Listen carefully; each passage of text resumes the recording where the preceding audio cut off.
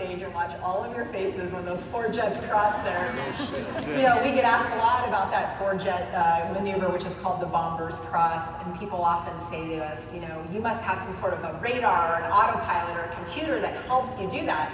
And frankly, there's none of that. That's all individual pilot judgment and decision making, individual, you know, throttle and stick. And for context, we actually have about 1,000 miles per hour of closure and pass at about 32 feet apart, which is half the width of the stage. So it's the real deal, okay? So let's talk about this first headwind of self-doubt. And I don't care how old and experienced and confident we think we are, right? We all have these moments of self-doubt across our lives. Let me ask you a question. Have you ever had a dream or a goal that was so big, so gnarly, so complex, the idea of actively pursuing it, like you're like, no way. The idea of maybe speaking that dream out loud to other people gives you a knot in your stomach. There's that voice in your head that says that dream is too big for you. You know, maybe you have a really innovative idea that would revolutionize real estate, right? And how you interact with communities. But you're thinking, I don't want to be the gal that rocks the boat. You know, I don't want to be the guy that goes against the status quo, and so you keep that innovative idea inside. I think that we've all been there. I had a big, gnarly dream as a kid to one day grow up and become a United States Air Force Thunderbird pilot. A little bit of context about me. I am from Las Vegas, Nevada. Yes, thank you. People are from Las Vegas, Nevada, right? I always tell them, oh, we got the Raiders fans up here. I always tell people Vegas has like schools and grocery stores and libraries, just like other people. But one of the coolest parts about being a kid in Las Vegas is that there's an Air Force base there called Nellis Air Force Base. Its nickname is home of the fighter pilot. So I grew up as a little kid watching fighter jets fly overhead thinking I want to do that someday. It's also home to the United States Air Force Thunderbirds, that team you just watched. So I remember as a kid taking my brown bag lunch out onto the football field at Western High School, eating my peanut butter and jelly sandwich, right? Eating my Fritos, and screaming overhead would come this 6-jet formation of red, white, and blue F-16, smoke trailing behind, and I would shake with excitement thinking there's people up there. I want to be one of those people.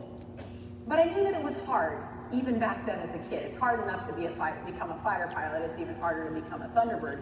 Just for more context for that, in your active duty American Air Force today, there's about 12,000 pilots. Of those 2,000 are fighter pilots, and of those 6, only 6 have the chance on any given year to be a Thunderbird pilot. So it's statistically improbable that anybody becomes a Thunderbird, but obviously it's not impossible. But the idea of actively pursuing a dream or a goal that big? No way. Every time I would think about talking to people about it or actively pursuing it, the voice in my head would always say, other people become Thunderbird pilots, Nicole, not you. And so I kept that dream inside. And I went about becoming a fighter pilot, flying that beautiful F-15E Strike Eagle that I showed you earlier. And every year, the Air Force sends out an email at the exact same time that says the exact same thing, ding into the inbox. It says we're looking for 3 new Thunderbird pilots. It's a 2-year assignment, so 3 pilots are new on their first year, 3 pilots are experienced on their second year. Ding into the inbox. We're looking for 3 new Thunderbird pilots. Here's the qualifications. Here's the application. And even though I was fully qualified, and it had been my dream since I was a kid, every year when that email would come into my inbox, I would do the exact same thing. Ding into the inbox. I would open it, I would read it, and then I would quickly go, delete. Delete, delete, delete. Other people become Thunderbird pilots, Nicole, not you. And year after year after year, I deleted that until 2005. I found myself preparing to deploy for Operation Iraqi Freedom with every single certification and qualification you could have as a frontline fighter pilot. And ding into my inbox came that same message at the same time. And for whatever reason that year, 2005, as I read it, a light bulb kind of came on in my heart and in my mind. As I read that email, I thought to myself, why not me? Why not me? And I remember going to bed that night and tossing and turning and thinking about it and getting this knot in my stomach and that feeling of nausea. But with all the courage I could muster the next day, I walked into work and I spoke that dream out loud. I told my peers, my supervisors, my colleagues, my chain of command in the military, I'm applying to be a Thunderbird. And generally speaking, people were tickled. Yeah, generally speaking initially, people were really happy. And then, however, as the days went by, if I had $1 for every time I heard these things, you know, Nicole, it's hard to be a Thunderbird. You know, Nicole, you probably won't get picked. You know, Nicole, they've never had a woman Thunderbird pilot before. Are you sure you want to do that? Over and over and over, I heard the same things, but I said, no, Nicole, stay focused, right? So I put together this application, a big, gnarly, complex application, as you might imagine for a job like this. A picture of me in uniform, a letter of why I wanted to be a Thunderbird pilot, all of my annual HR performance reports, all of my annual flying tests, or what we call flying check ride scores. But the thing that was weighted the most, the thing that counted the most in this application was a letter of recommendation from the first full bird colonel in my chain of command. Now, I am a young 30-year-old captain in this picture. At that time, a full bird colonel, that was a big deal. That was intimidating. I am now a retired full bird colonel. I'm here to tell you we're not a big deal. We're a dime a dozen, okay? But at the time, it was intimidating. So I said to myself, Nicole, just draft the letter for him. All you have to do is walk that letter in and get his signature, his John Hancock, you'll be fine. So I put this big, complex application together, and I remember this day like it was yesterday. I took that application in with all the courage I could muster, and a feeling of nausea in my stomach. I walked over to his staff, and I slid that application right across the desk and said, I'm applying to be a Thunderbird. And here's what happened. The guy looked at me and said, you know, Nicole, it's hard to be a Thunderbird. You know, Nicole, you probably won't get picked. You know, Nicole, they've never had a woman Thunderbird pilot before. And the colonel only has one #1 recommendation he's allowed to give. So we're not sure we want to waste it. Yeah, boom, right? Okay. You know how you all felt listening to that story. You can imagine how I felt hearing it. Let's pause for a second. I know this person. They were not trying to be mean. Let's assess it for what it was. What was coming out was the unconscious bias that every single one of us needs to check ourselves on every single day. What was coming out was the cultural paradigm of the Air Force. That's good, yeah, give it a hands up. I agree with you. You know, what was coming out were the cultural paradigms of the Air Force at that time. And what was coming out was other people's expectations about what I should or should not be doing. And in that moment, here's what happened. I looked right at him, I grabbed that application, and I removed it. I looked him in the face and I said, you're right. I am so sorry for having bothered you. And I walked out feeling embarrassed and ashamed. Other people become Thunderbird pilots, Nicole, not you. And I did what any self-respecting fighter pilot would do at that moment. I went across the street to the officers club and I grabbed a beer. Preferably a craft beer. So I'm over there, you know, drinking my beer, licking my wounds, thinking, who are you, Nicole, to think you could become a Thunderbird pilot? Silly you. Thank goodness you didn't embarrass yourself. And I'm over there talking to the guys about the day's flying, talking with our hands like fighter pilots do. And in that moment, this door opens over here and in walks the wing commander. Now, the wing commander is a brigadier general. This guy is 6 foot 5 inches tall, the man's man, the poster child of the macho male fighter pilot. And for whatever reason, he starts to make a beeline for me and starts making small talk. To this day, I don't know why he came to talk to me. I don't recall at all what we were talking about. I don't know if he was like, walk amongst the people today, check, like, I don't know, right? But I'm over there thinking, all right, you know, I gotta be cool, right? I gotta hold my own. I'm a fighter pilot. I'm drinking my beer, looking way up at him. We're chatting. And in that moment, over walks my supervisor, a guy by the name of Dan Debris, call sign Trash. You get it? Trash Debris? Okay. Now you all, we can have a call sign class later. I can tell you all about that. So Trash comes over and he says, General, did you know Nicole's applying to be a Thunderbird? Oh, like Ixnay on the Underbird pay. This is terrifying. I mean, neither of these guys knew I had decided to remove my application. Neither of them knew what had just transpired across the street. And in that moment, the general looks way down at me and he goes, that's great, Cole. How's your application going? True story, here's what happened. I took a swig of my beer, I looked way up at him and I said, you know, sir, it's hard to be a Thunderbird. You know, sir, I probably won't get picked. You know, sir, they've never had a woman before, so I don't want to waste anybody's time. It's almost embarrassing, really. I'm 50 years old now to share this story. You know, but everything everyone else had said had taken up room in my own mind, right? Had expanded and now was coming out of my own mouth. I almost never became a Thunderbird pilot at all. And in that moment, General Mark Matthews gave me one of the single greatest gifts of my personal and professional life. It's a set of words, a mantra, a phrase that I want you to remember too. The next time you get that knot in your stomach that says that dream is too big for you, or that idea is just too innovative or complex, I want you to remember this. General Mark Matthews looked down at me and he said, Nicole, nobody wants to lead a scripted life. Nobody wants to lead a scripted life. And in that moment, he walked away and left me in the most awkward silence. And with those words, I think he lifted the weight of the world off my shoulders. He told me it was okay to dream big. He told me it was okay to go against the status quo and break barriers. He was telling me it was okay to risk failure in pursuit of personal and professional growth. And it's not so much, I think he's telling you and me to write ourselves into the script. Listen to what he was saying. Don't ever write yourself out of the script. And as leaders and teammates, don't ever write anybody else or their wild ideas out of the script either. Nobody wants to lead a scripted life.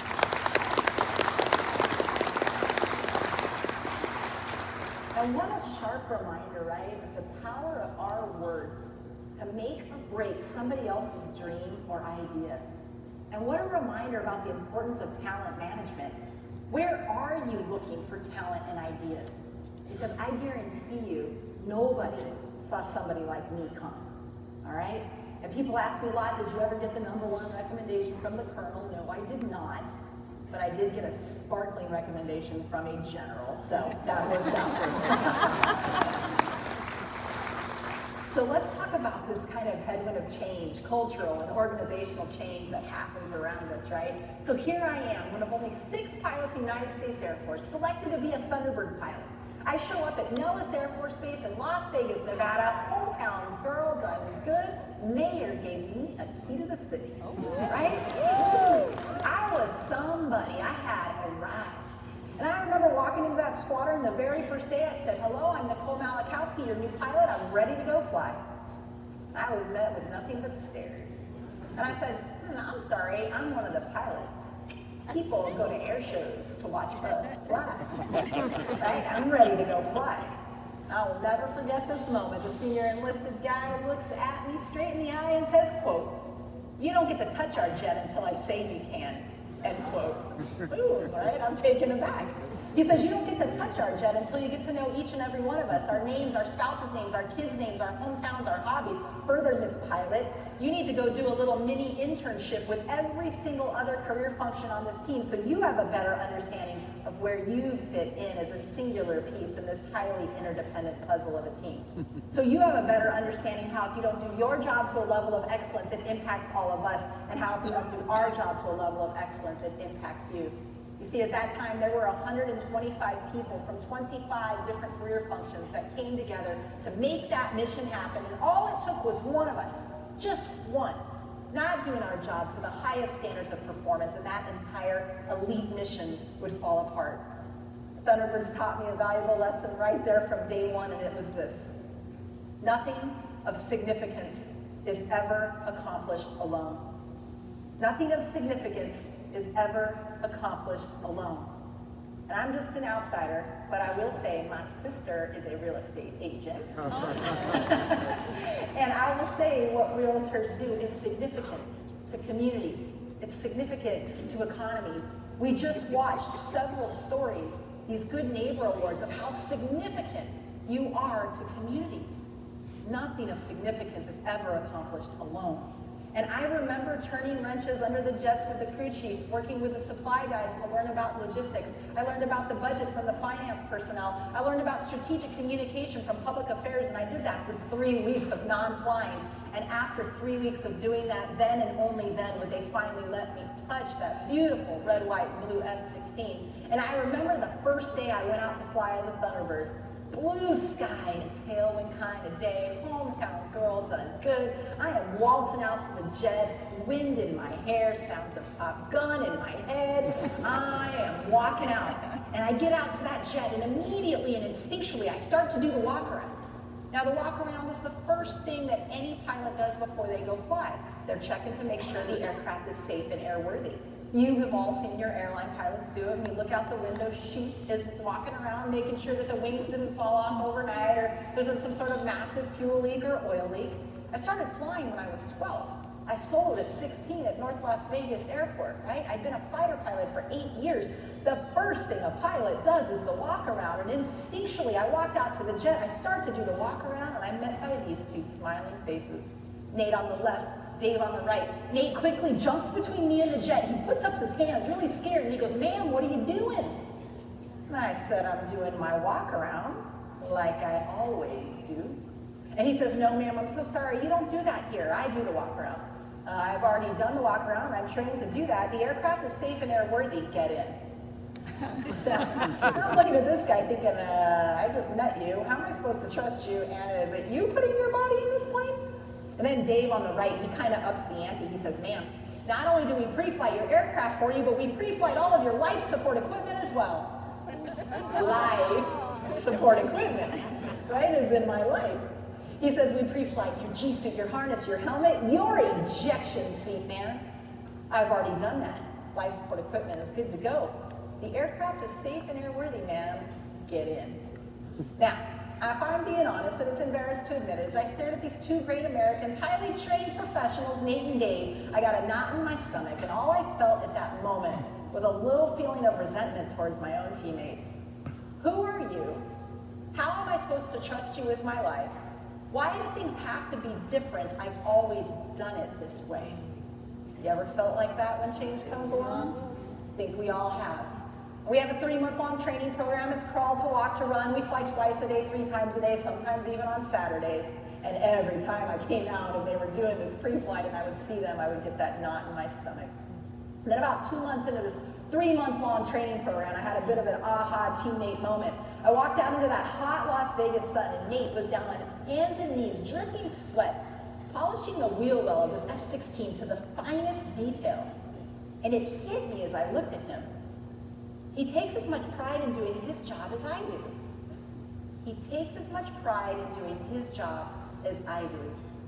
The next time you're working with another teammate, maybe it's business, maybe it's even just like, a client that's a little rough, right?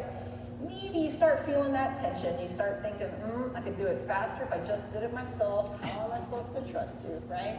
I want you to remember this. I want you to look at them, take a deep breath. Afford that teammate a moment of grace. Put your ego aside and let go a little bit. And let your teammates take as much pride in doing their job as you do.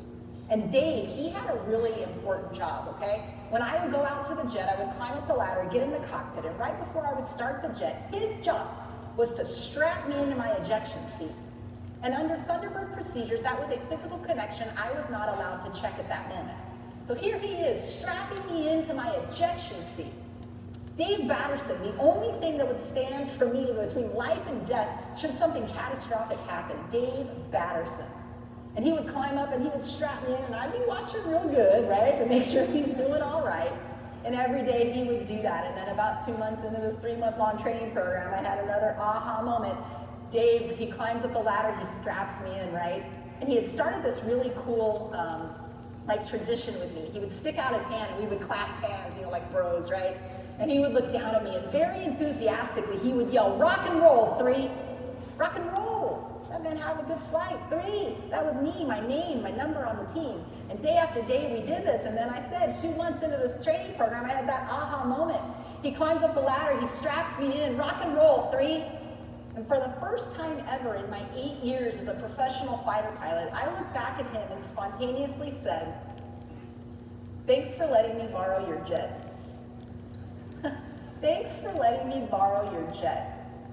How is it I had gone my entire career as a fighter pilot and I had never stopped to acknowledge and show gratitude to the very people who enabled and empowered and resourced me to do what I do? When was the last time you stopped in your professional life, in your personal life, to acknowledge and show gratitude to all those who enable and empower and resource you to do what you do? A lot of times we think this acknowledgement and gratitude has to come in the form of the annual awards banquet or these gigantic, amazing Good Neighbor Awards, which are so important and absolutely have to happen. But what I'm talking about here is slightly different. What I'm talking about is that day-to-day appreciation and acknowledgement that says, I see you, I appreciate you. And it may be as simple as just those words. Maybe it's an extra Starbucks when you come into the office. Maybe it's a phone call, an email, right? A pat on the back. My personal favorite, a handwritten note. Because I am here to tell you, in those moments of daily I see you appreciation moments across your team, that's where trust is built. And with trust comes loyalty. And with loyalty comes an increased ability to handle headwinds and change when they come along. You know, just about, gosh, it was last Christmas, so what, 10, 11 months ago. True story, and I just thought of this. I'm totally ripping right now. So 11 months ago, Dave Batterson and I surprised our spouses and kids with a trip to Disney World for Christmas. And I remember we were out there, we went to the campsite, Wilderness Lodge, right? We're out there with our families, putting some s'mores over the fire pit, roasting our marshmallows. And Dave looks at me and he goes, you know, Three, because he still calls me Three. He says, you know, Three, you remember that time that you thanked me for letting me, you borrow my jet? I said, yeah. He goes, I remember that too. Because that was the first time in my career as an aircraft crew chief mechanic that any pilot had stopped to say thank you for what I did. Our friendship of 18 years now? 18 years from the story I just told was built in that moment. That human connection. He's my community. Think about those day-to-day interactions that make your communities better and stronger. Take the time to acknowledge and show gratitude, all right? Now, this is my favorite formation. It's called the Delta Formation. It's the only time in the air show that all 6 jets get together and fly together. I think it's very powerful, it's very graceful looking. I mean, check it out, 6 jets flying at 500 feet, 500 miles an hour, upside down, 3 feet away from each other. It's pretty extraordinary stuff. I'm in this picture, look at the leader. The leader's at the top of the screen, number 1, setting the direction, setting the vision, setting where we're going. Each and every one of us fulfilling a very unique position and role. I'm immediately down and to his right. Each and every one of us flying in alignment perfectly. Plus or minus 1 degree of heading, plus or minus 1 to 2 knots of airspeed to make that beautiful formation happen. It is a gorgeous thing. And this formation actually happens at the end of the air show, so it's often on the mind of the audience when we land and we go over to the autograph line, right? So we would get asked a heck of a lot of questions about this formation in particular. And the number 1 question I would get asked is this: Nicole, what does it take to build that level of trust? What a fantastic question, right? What does it take to build that level of trust? And often people think I'm going to say, well, we have a training syllabus that's crawl to walk to run, just like you have nice training programs when you onboard people or bring them into real estate. They think I'm going to say, well, there's process and procedure, minimum altitudes, maximum airspeeds, which is true, just like there is in real estate. They think I'm going to say, well, there's certain certifications and qualifications you need as a fighter pilot to do this, just like real estate agents and brokers need to have. And all of those things are true. But none of them get to the heart of the answer. When people ask me, Nicole, what does it take to build that level of trust? The answer is this: you build trust by being trustworthy. You build trust by being trustworthy. So often on teams, we think that trust comes to us from other people. Have you ever felt like this? I'll admit that I have. Okay, I'll be vulnerable here. That guy over there, he needs to prove to me that I can trust him. I'm not sure I could trust that gal. Right? I could do it faster if I just do it myself. I think we've all been here. I'm here to argue that elite performers like you and the elite teams that you're wanting to lead look at trust completely differently. Trust never comes to you from other people. Trust emanates outward from you to a team. Trust emanates from your actions, your decisions, and your behaviors. Each and every single one of you is called to a very unique role on the teams that you're on. Maybe you're a team of 1 in your real estate office. Maybe you're on a team of 1,000. I don't know, right? We got a lot of organizations represented in here. but each person called to a very specific role because of your unique strengths, your unique qualifications, your unique skills, and each and every one of you given a certain level of accountability and responsibility to and for other people. I was Thunderbird number 3. I was to be the best number 3 I could be. If I was sick, that spot went empty. If my jet was broke, that spot went empty. It's not as simple as swapping a left wing to a right wing. Those are two completely different aerodynamic maneuvers. I was Thunderbird 3. I was to be the SME, my veterans in here know, SME, the subject matter expert. Each and every one of you expected to be the subject matter expert. You want to be so good, so dependable, so reliable in all circumstances that if anyone on your team, anyone across this larger real estate community, any of your customers or clients have a question about what it is that you do, you want them to instinctually pick up that phone and call you. You build trust by being trustworthy. Now there's something else that I think about when I look at this picture. It's a phrase that every single American Air Force fighter pilot knows, all right? It's the last thing a team lead, a flight lead, says to their wingman before they go fly. And I don't care if we're talking about in combat, in peacetime training, or at an air show. So imagine, right? We have planned up this really complex, combat mission. We've gotten together as a team, we've briefed it. We've gone to life support. We've got our G-suits, our harness, our helmet. We're striding out to our jets, wind in our hair, Top Gun in our head, right? And just as we start to split to our individual aircraft, the last thing I would say to my wingman as their flight lead was this. When in doubt, always honor the wingman contract. When in doubt, always honor the wingman contract. What does that mean? The wingman contract, those two words, wingman contract, that phrase means everything to an Air Force fighter pilot. It is our unspoken bond and unspoken promise to each other. It is the gentleman's handshake and the gentlewoman's agreement that says this is who we are. We have expectations of each other's standards of professional behavior. We have expectations of each other's professional execution of this mission. And under this wingman contract, I promise you, I will hold myself accountable to that standard. And out of caring and compassion and a shared commitment to what we're trying to do as a team, I promise to hold you accountable to that standard. The wingman contract, my friends, is the culture.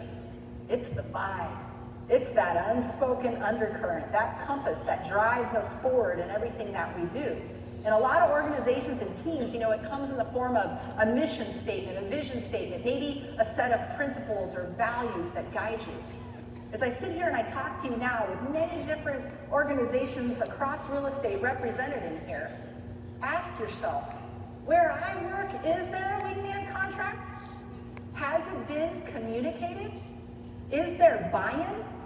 Is there a way that we can hold each other and ourselves accountable in a productive and in a positive way? You see, it's vital, I think, to have a wingman contract. Here's the thing. A wingman contract in an organization will always apply to